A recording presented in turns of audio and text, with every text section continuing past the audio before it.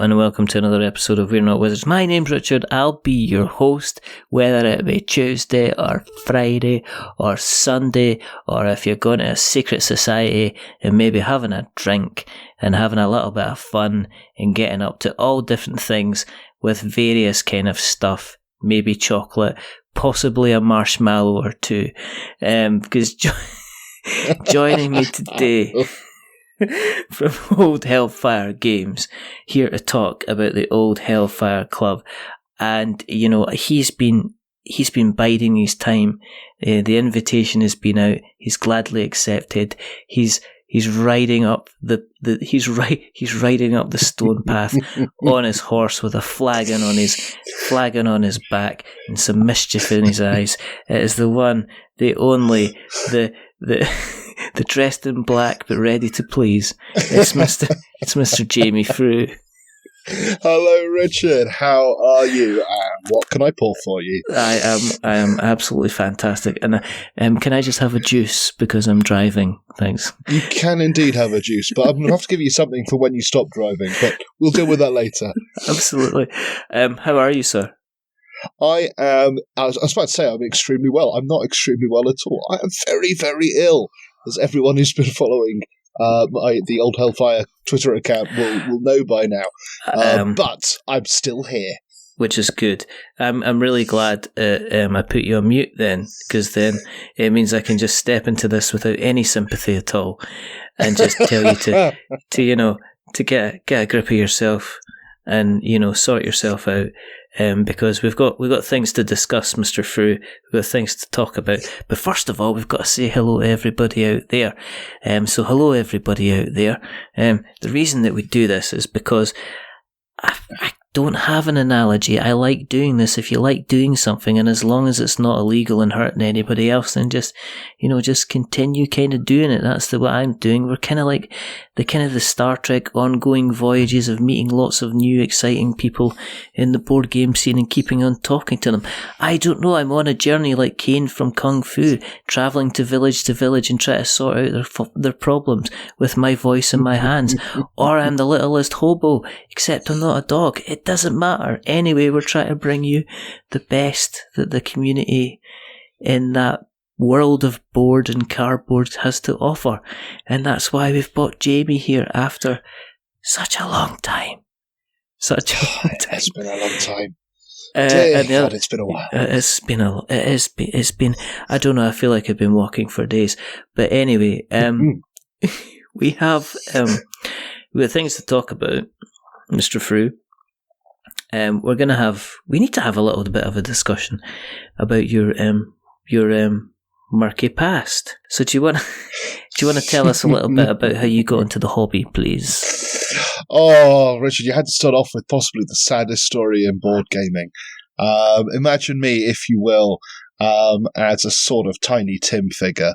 I grew up loving board games. I would ask for one every single birthday, every single Christmas, and I built up a big collection. Problem was that my entire family hated board games, so I would get to play them once. And so I would play them all by myself. Oh no! It was sad. It was terribly, terribly sad. But it instilled this love and grim determinism in me. And then as I grew, I would play with friends, and even sadder still, one of my greatest joys was going over to a friend's house, and we would play Monopoly through the night. Can you imagine being excited by that? I feel like, do you remember Steve Wright in the Afternoon, where they used to have the R song thing, and they used to have the background music? So if you keep telling your story, I'll reenact that music in the background. So keep talking. So yeah, it was just the saddest of things. And yeah, but I kept the love. I kept the love for board games. And then when I finally left home, I came across a copy of something called Risk Godstorm, my first proper board game, and I had people to play it with, and wow. I've never looked back. We need to switch up the music to something nicer. I guess. Do you know what I mean? We need to have, like, I don't know. It's the one about there's something inside so strong or something. Keep telling, I'll do the music in the background. Oh, I could do that. Either that or Black Beauty. Something inside so strong. The higher you build your barriers, away, the stronger I think. This is how it's going to be. Welcome to 1980s, 1990s music night with inspirational music brought to you by me, by my good colleague. He's Jamie. He's on fire Frew, and I'll be the disc wizard Simpson, bringing you the latest tracks and inspirational music from across the years. Anyway, so you got Risk. Yeah, I did.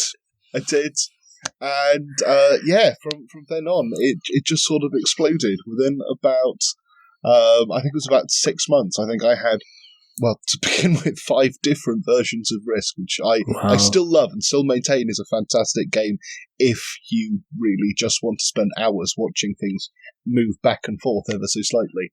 But it just grew from there. And I now have probably about 300 of the things, and a wife who is desperate for me to offload them. But I'm sorry, I fought hard for this. So the board games are staying. Are they currently sitting next to you? Are you just turning around and saying, I fought hard for these. I'm kind of keeping them. It's.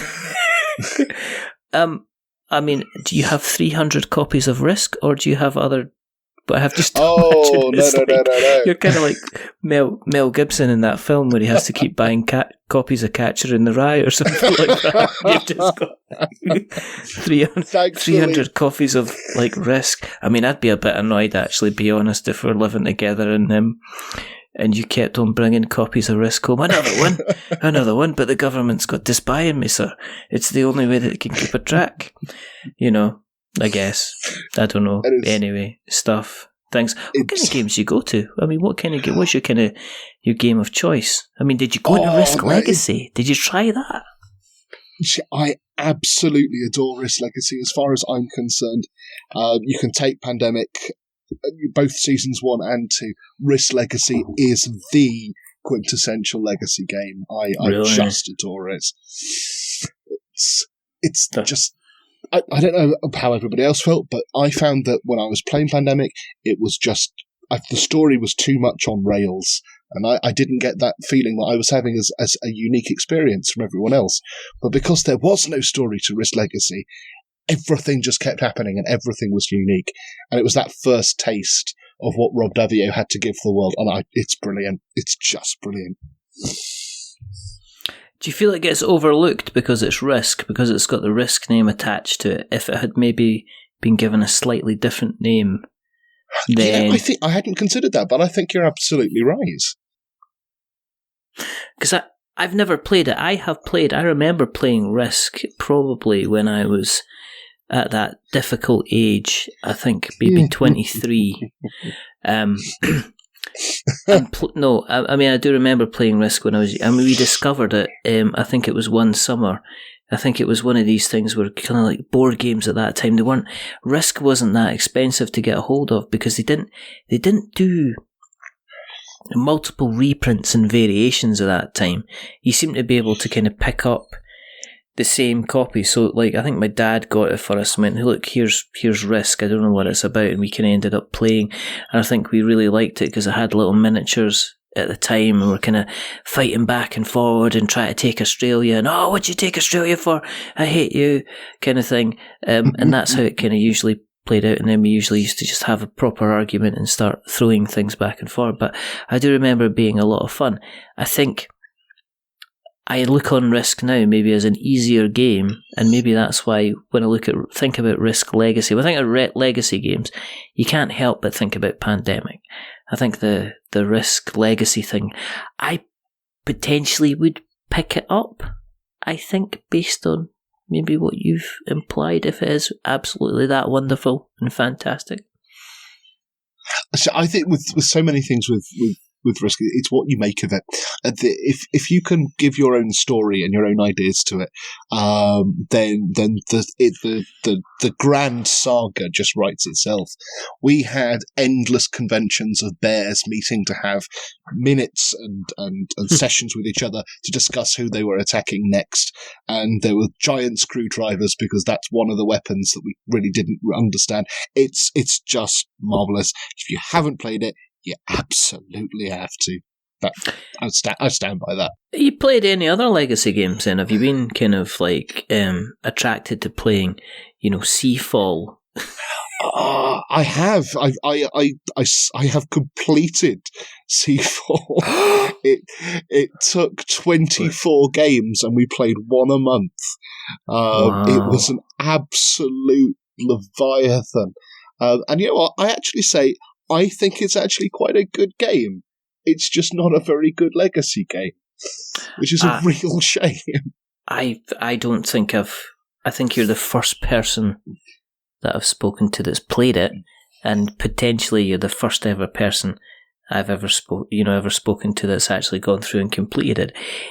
I mean, quite recently I was speaking about it with Sam Turner from Staying In podcast about it's one of the games that often falls in and out of my Amazon basket because it's kind of like that £24, £25 kind of level, and it's kind of like if it's bad, it's £25.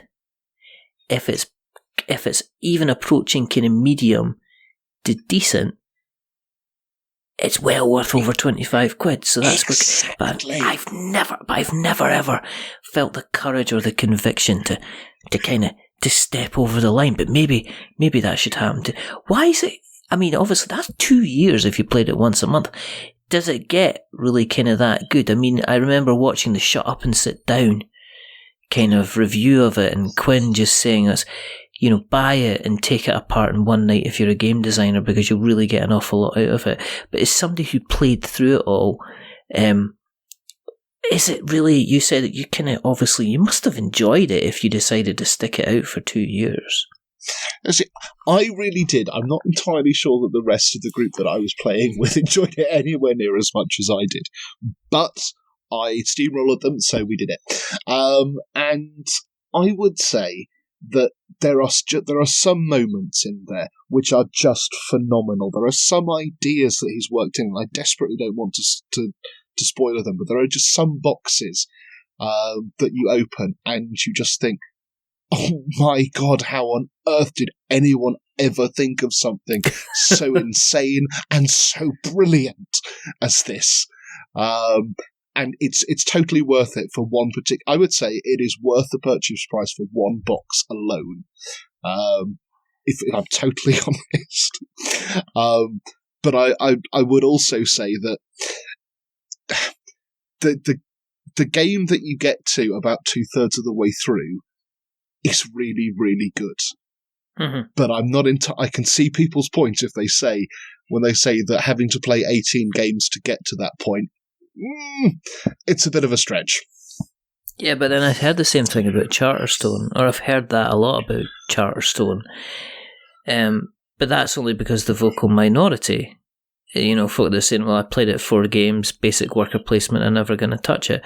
I've heard folk like, I think it was Steve Tudor, from Polyhedron Collider, said they've almost got to the end, and it's really, really good because it does get very, very kind of complicated kind of thing. And I'm kind of you've intrigued. Oh my goodness, Mr. Frew, you have intrigueth me. You have intrigueth me. I'd say always just on the value statement, think of it like this. If I paid £24 for Seafall, that's £1 a game.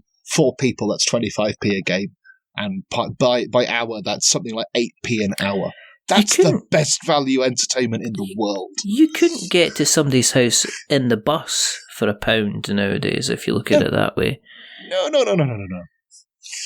That is why people have to buy up the remaining copies of Seafall. I have to look for this now. I'm going to have to, okay, let's just see. Anyway, right, so what...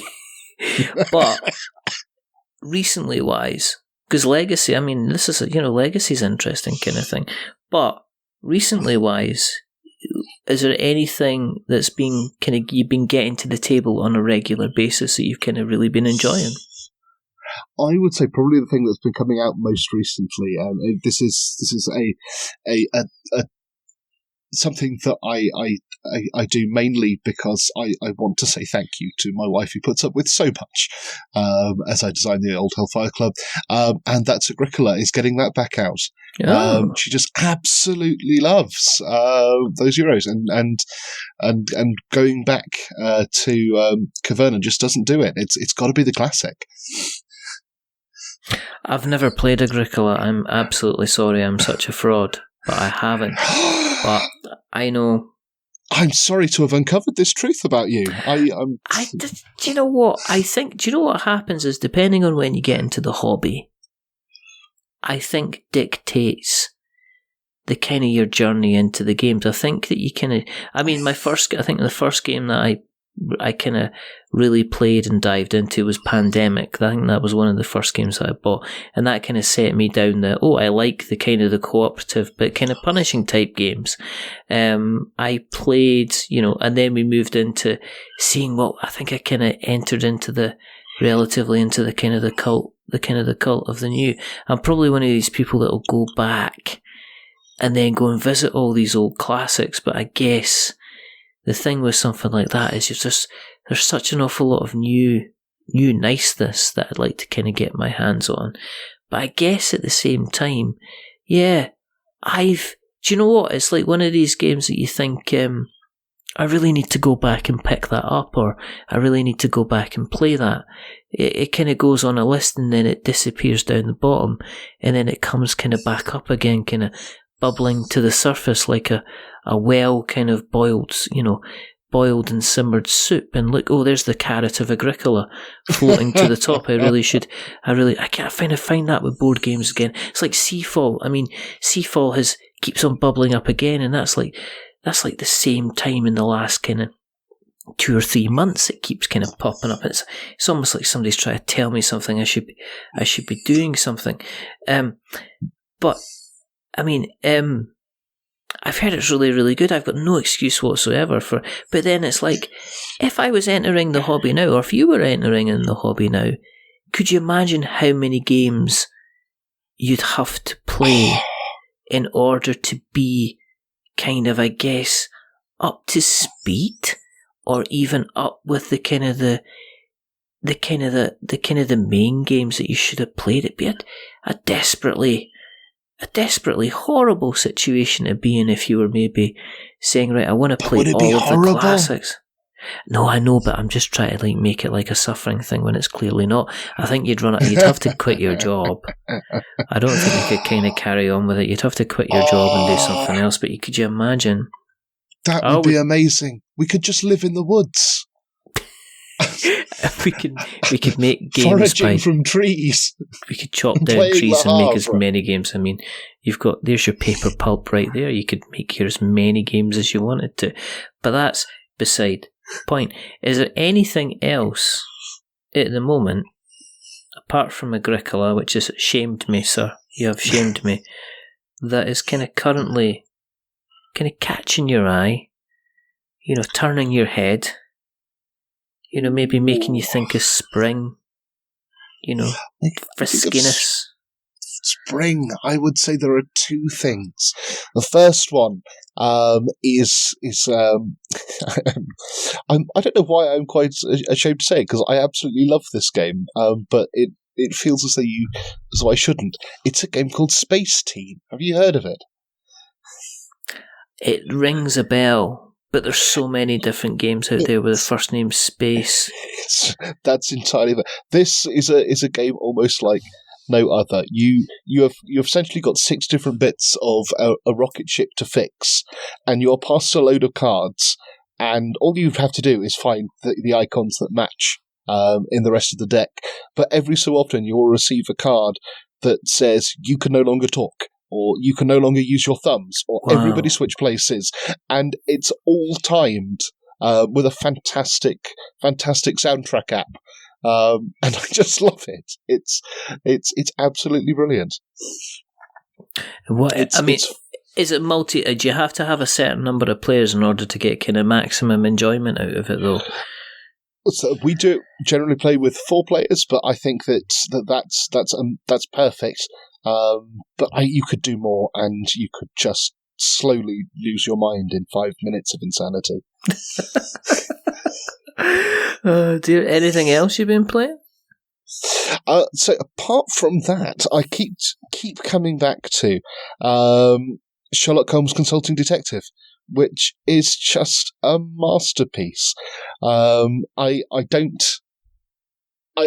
try to stay off from playing solo because I love the discussions and the bizarre conspiracy theories that a group can come up with, and so no, we understand Holmes who killed the lions. It was clearly the Queen, and she did so because she needed more chips.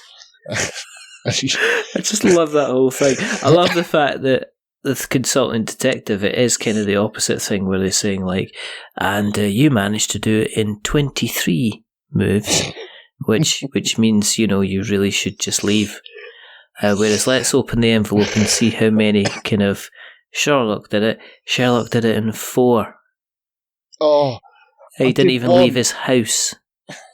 I play tested one of them, and I got to the end, and Sherlock did it in none at all, and I just wanted to pour my drink over the designer. He did it all from the newspaper, but it was so clever. I had to applaud.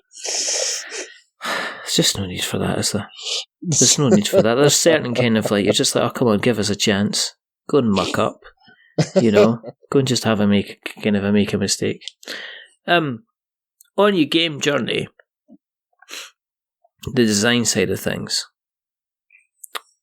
what kind of piqued your interest into the designing side of things? I mean, were you the type of person on loving Risk and Risk Legacy so much? Were you the type of person that actually started off by kind of putting together your own little kind of war game, strategy game before you went down anything else? Oh, I'm afraid to say you've hit the nail on the head. I do have some homebrew additions to Risk Legacy. One based on Iron Sky, where you have Nazis from the moon, and one cyber Napoleon who comes up from buried under the earth. And I suppose it just comes from having spent all those years playing the game myself, that I would want to design and home rule stuff and come up with new ideas to make stuff more interesting, and that's, I suppose, where all the designing came from. And then slowly it just grew out from there. I mean, with you mucking around with stuff a lot yourself, I mean, how long was it before you were putting it in front of other people and letting them kind of test the wares? Or is that a difficult thing to do? I mean, to me, there's a big step from having an idea to starting to put it on paper. And then there's a bigger step to actually finishing the rules and actually having something you can play. And then there's the biggest step, which seems to actually be, it's the validation thing, isn't it? It's kind of like, it is Michael J. Fox out of Back to the Future. I mean, what happens if I do this and they think I'm terrible at it, kind of thing. You see, this is bizarre because I normally feel like that. I totally get it, but at least at this time with the Old Hellfire Club, I finished. I had the idea. I'd made the prototype within a week, and I just looked at it and I thought, this could work. Okay, playtest this weekend. And it worked. Did you kind of keep it loosey-goosey at the beginning? Were you kind of, when you're first going out there and playtesting, were you kind of like, people were saying, maybe, you should allow you to do that. And you're just like going, yeah, you just do that. On you go. You just, let's see what happens. So did you, as I say, were you kind of like quite loose with the kind of the test, and did you kind of let people just, if somebody came up with an idea where you kind of like, yeah, knock yourself out, have fun, see what kind of happens? Oh yeah, totally, absolutely. It was just a really nice feeling to see people enjoying something that I'd made, and if they could find a way to make it even better, that was amazing. And it went through. I mean, the basic structure has kind of stayed there since the beginning, but the number of times that the cards have been through revisions, it's just mind blowing. And now my hard drive looks so much worse for it. But do you keep the revisions, all of the revisions from the beginning, so you can refer back to them in terms of kind of like what works and what doesn't work? Oh, absolutely. Embarrassingly so. It's sometimes I just like to go back and go, my God, this looks so much better than it used to. Because it looks amazing. But my word, what the hell was I thinking to start with? But I think you have to go through that, don't you? I think you have to go through the evolution. I think you have to be willing to kind of let things go and add stuff on and step back and, you know, be willing to kind of let it change. Because I know that, you know, you could be one mechanic away or 3 cards away from achieving kind of absolute brilliance with something. I think it's all part of the development side of things, I reckon. Absolutely. You just got to let stuff happen and see where it goes. And sometimes it just comes and it just falls into place. So the question is, right, in terms of the game and in terms of the theme, what came first? Because the old Hellfire Club, as far as I was aware, was basically a place where the kind of the visionaries, politicians, famous people of the time went to just get involved in depravity, despicable acts, and kind of, you know, all different types of kind of like various fun and games, and getting basically as drunk as possible, and then just letting the kind of the chips lie. So my question to you, sir, is, was it the mechanics of the game that you kind of came up with first, and then you were looking for something to fit it? Or did you read about the Old Hellfire? I think, how did I read it? Do you know what I found about the Old Hellfire Club? I think to do with Benjamin Franklin. I think. Yes. I think he was like a patron, and he was, you know, he was indeed, and he liked to go along. So I guess my question to you is: was it reading about the Old Hellfire Club that you decided, I need to make a game of this, or was it a case that you had a really, really good kind of set of mechanics that you decided, I need to find a theme for it? It's really, really hard to try and separate the two, because the game, as a sort of basic idea, came together so quickly. I think, to be honest, the mechanics sort of evolved out of having played and loved Once Upon a Time by James Wallace to begin with. But I knew vaguely about the Old Hellfire Club anyway. And so when I was sat down thinking, okay, how can I improve? How can I make a storytelling game even more exciting? And I basically came up with the idea of a pub argument simulator, and that it just built on there. And I thought, okay, well, who's going to have the best possible pub arguments? Well, it's going to be Victorian drunks, because, and it has to be aristocratic Victorian drunks. And okay, the Hellfire Club, and that's how it happened. So from there, from that first idea, you said like the game itself kind of formed really, really quickly.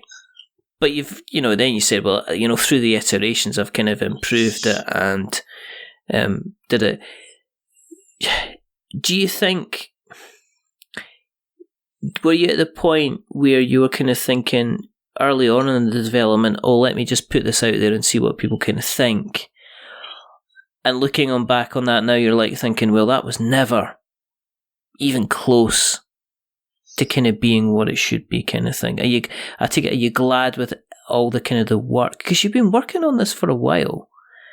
Are you glad you kind of held back and kept kind of refining it rather than jumping out the window as soon as you had kind of like the first form of the game? Definitely. And it's part of it has just been that some ideas needed some fine tuning. So we've got as part of the game, there are sort of one-shot powers that players can use every turn, and they just need tweaking enough in order to make sure that they're not game-breaking, and then adding in little extra ideas to make sure the scoring stays balanced and everyone has a chance. And sometimes it's just thematic. It's some of the cards that I came up with at the beginning they just weren't funny enough. And so you shift away from one idea, and then suddenly something lands in your lap, and you go, okay, brilliant. We absolutely need an opportunity to rampage through the British Museum. We didn't have it, but now we have. In terms of the game, I mean, let's talk about the game. Let's talk about the game itself first. I also want to talk about the incubation period in terms of marketing. But the game itself, how do you play it? If I'm sitting around and, I mean, is it a 2-player game? Do you need like a minimum number, like 5 players? Is it going to work with 10? Is there kind of like an infinite number of people it could work with, basically? Oh, and now I'd say that you can definitely get a very good game out of 2. I've done plenty of playtesting conventions, just 2 people, and they've loved it. I would say optimum number is 4, but we've gone up to 8, and it's still a fantastic game. Okay. How does one play around, Mr. Frew? Around is a very simple thing. You first of all deal out cards to all of the players, and these are the boast cards. Each of them come in one of 10 suits, with each with a number on them, and these suits represent different aspects of Victorian life. Some things are relatively mundane. There are places and there are people, and some of them are rather more exciting things that you can weave into your adventure. There are crimes, there is tea time, there are motives, all the things that you can just drop into your adventure as you talk. And what you'll do is you'll take a card, you'll lay it down, and you'll start telling your story, weaving the various different aspects in. So, for example, you might tell the story of how you were out committing treason in Billingsgate Fish Market when all of a sudden Karl Marx appeared.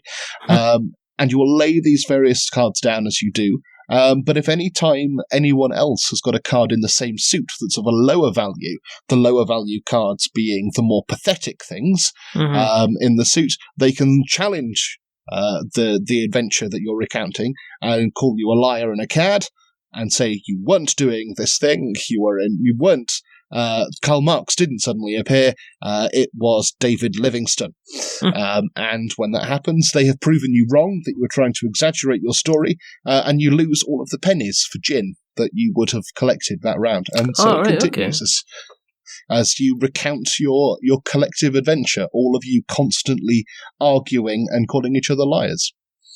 So you want to kind of like play the cards as you go and maybe keep some of the lower cards for kind of the end of the games as Precisely. Things go. Do people kind of accumulate kind of gin money the further in the game as they go? Absolutely. So if you play a particularly high value card, you get bonus pennies. If you play the largest number of cards of a particular suit over the course of the game, then we have these little these little markers called the benefactors, who are the crowned heads of Europe, who for no apparent reason are having a meeting in this gin shop, who like listening to pub stories, and if they like particular aspects in their story, and so they will give you bonuses if you play cards of that suit. And so it's over the course of the game, you'll start picking up your pennies, but you are never safe. Your pennies can be stolen at any time. So you can get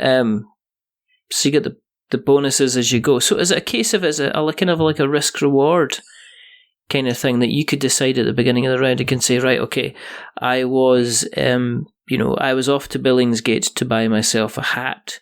On the way, I happened to be accosted by 4 gentlemen who wanted me to gamble and see who could basically race a painted pig through the streets of lower Marlborough Lane or whatever, and then you could decide only that round to maybe play like 3 cards instead of going for everything, or you can continue playing cards with the risk that somebody would jump in with a lower card of the same suit.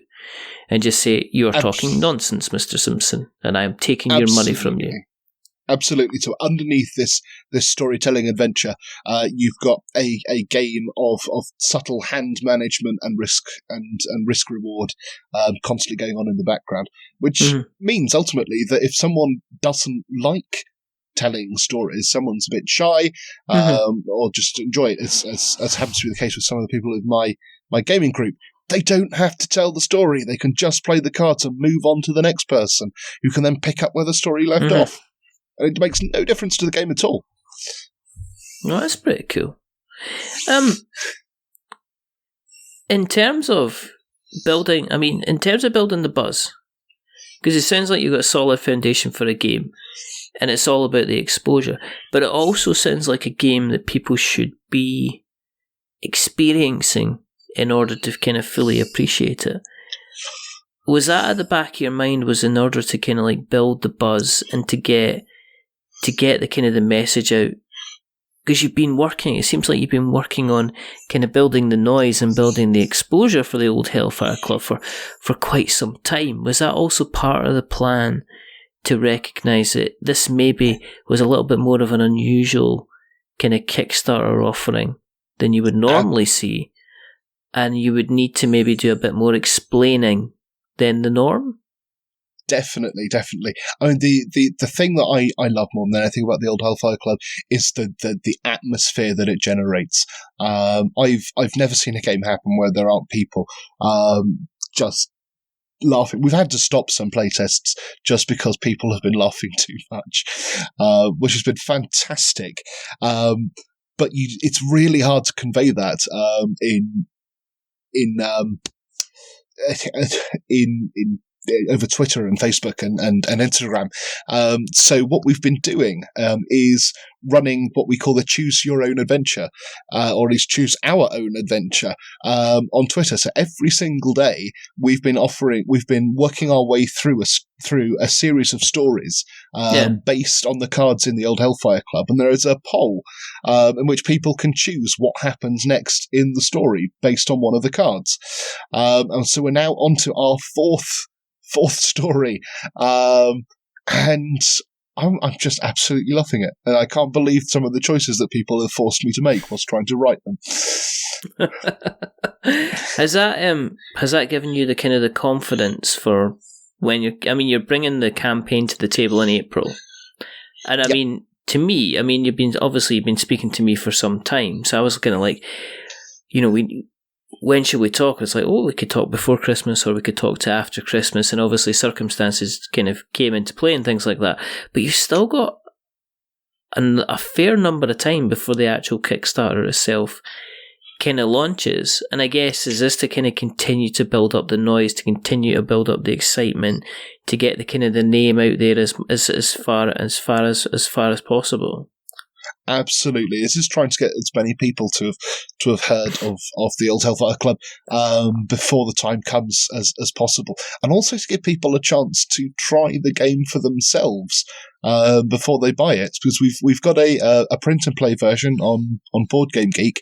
I don't see any reason why you should have to risk your money buying a game that you can't try. So give it a shot. Okay. Have you thought about kind of like funding levels and kind of prices of entry and stuff like that? Because I'm guessing a lot of it's going to be card based. Precisely. Was that going to be a consideration for kind of like components? You're going to be putting some counters in there as well. Like, is it going to be a deck of cards as opposed to kind of like a small boxed game? What's your current thoughts with that? Totally. Well, we're trying to do a couple of things which are a little bit unusual here.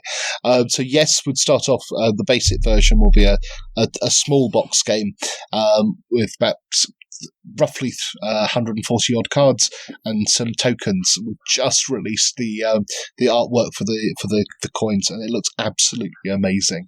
But we're also doing something that we're calling the bargain version, which is just a copy of the cards in shrink wrap. You don't need anything else, because you can use anything that you've got lying around your house for coins. You could just use pennies. It's actually far cheaper to use real money than it is to make counters. So please just do that. You don't need a box. It's the most expensive thing in a board game. And you don't need a paper rule sheet even. There will be a PDF on the internet. And so we're looking to offer the whole game, or at least all of the essential bits in that card deck, for about £6, which is the cheapest I think you'll be able to get an hour-long 8-player game. That's phenomenal. Especially, I mean, a lot of people do have components, and I guess it's the preciousness of the components as well. I mean, if I wanted to pull together kind of like 100 meeples, I could do it.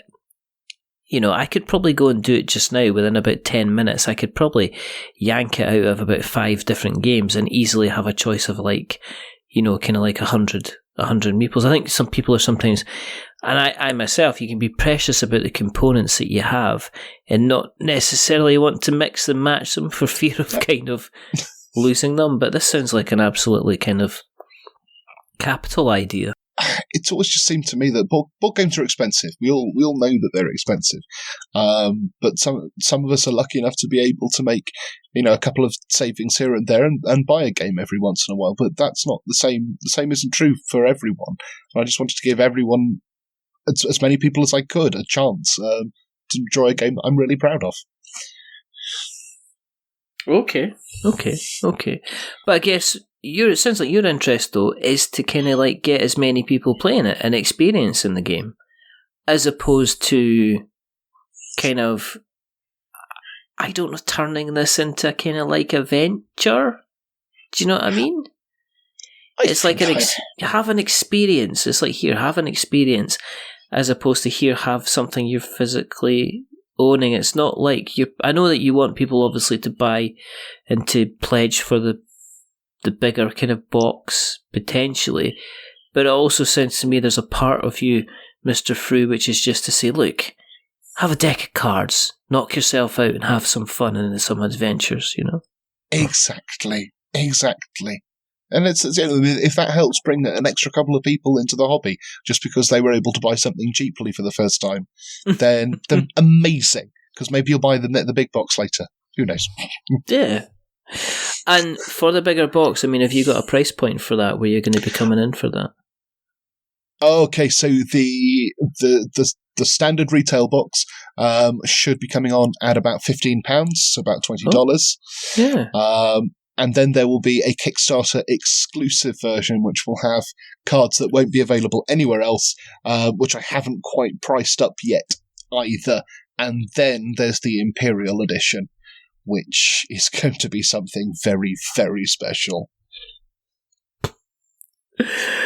I've no doubt it's going to be marvellous.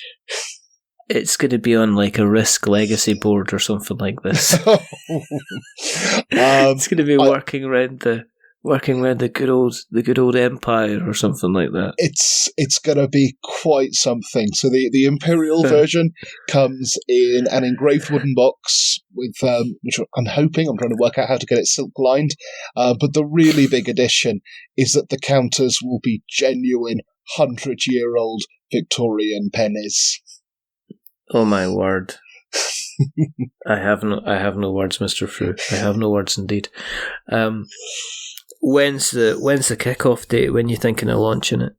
So we'll be launching on the 9th of April. That is 70 days today. There you go. At this time in the year 2019, that'll be said in 70 days' time. Sounds fantastic. Are you excited? I cannot wait. Cannot wait. Are you looking forward to doing daft and zany things during the campaign? Oh, absolutely, absolutely. I as I say, if there is anything that anyone thinks will convince them to buy a copy of the game, get in touch, because I am totally open to ideas. I can completely imagine that being the kind of the case. I think there's I always like Kickstarters that involve the community, that are a bit fun, that don't take themselves too seriously.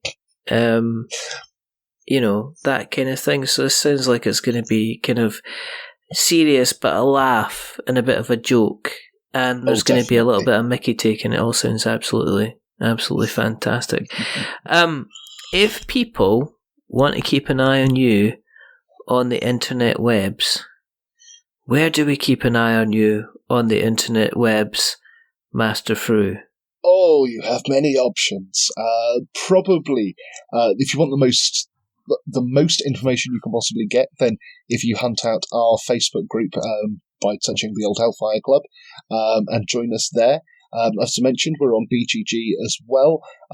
But if you want the most interactive experiences, then search for @OldHellfire, all one word, on both Twitter and Instagram. And there is a load of stuff that you can see and do and be involved in and shape. And we shall make sure that we put these all in the show notes so that we have notes to show. If you want to keep an eye on what we're up to, then if you meet us down at Old Billingsgate Road round about 7 o'clock. And if you ask for the purple monkey paw of old Papa, if you go to the internet and just type in "We're Not Wizards," you'll find us. We're all over the place. We're on Instagram, and we're on places like Facebook, and we're on Twitter at We're Not Wizards, and we're on kind of all these wonderful, fantastic website, We're Not Wizards, blogspot.com or we're not wizards.blogspot.com. You can find us by email, which is magic@we're-not-wizards.com. Yes, I am aware of the irony of the email address. It's why I picked it, because I thought I would be hilarious. You can find us on the various podcast catchers like your Stitchers and Spreakers and Acast and Spotify's and cast boxes and all these wonderful and fantastic places. If you've listened along tonight and you have enjoyed what you've listened to, then you can do two things for us. First thing, go and tell somebody else, because that's always nice. And the second thing is to jump onto Apple Podcasts and consider giving us a rating or a review. If you are going to be giving us a rating or a review, don't give us a 10, because it makes me big-headed. But don't give us a 1, because otherwise I get sent down to the kitchens to do the dishes, where I shall cry. Give us something in the middle, like a 5, because it's average. We are just this little bit average. But the person who's not been average tonight is rather exemplary, rather magnificent, rather extraordinary, Mr. Jamie Frew. Thank you for coming. Thanks, good sir. Thank you for coming on, sir. I doffeth my hat at you and wish you a speedy, good journey.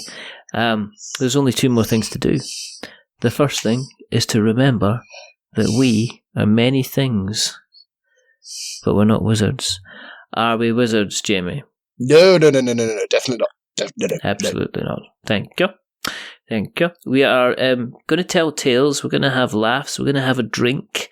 We're going to maybe exaggerate the facts that are, that we spout out before us, but we are definitely not with us. No. And the second thing is to say goodbye. So this is goodbye from Mr. Frew. Say goodbye, sir. Goodbye, sir. Every single time. And it's a goodbye from me. Remember, stay safe, roll6s.com. And as I say, it's only 70 days. We shall make sure we put notes in the show notes so that you have notes to show, so you have no excuse. When you've got your notes in front of you and you don't know what to say, you can just say what you want and just hope that you get away with it, unless somebody comes in and says that you're talking balderdash. Man or woman, you need to prove yourself, otherwise you're going to lose all your money for your gin. But until the next time, goodbye.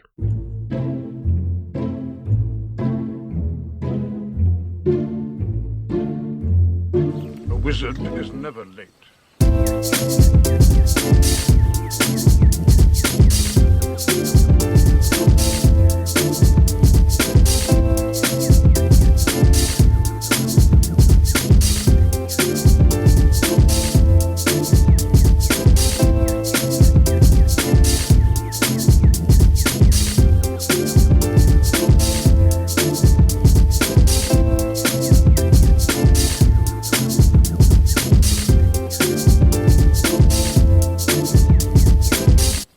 is he early. He arrives precisely when he means to.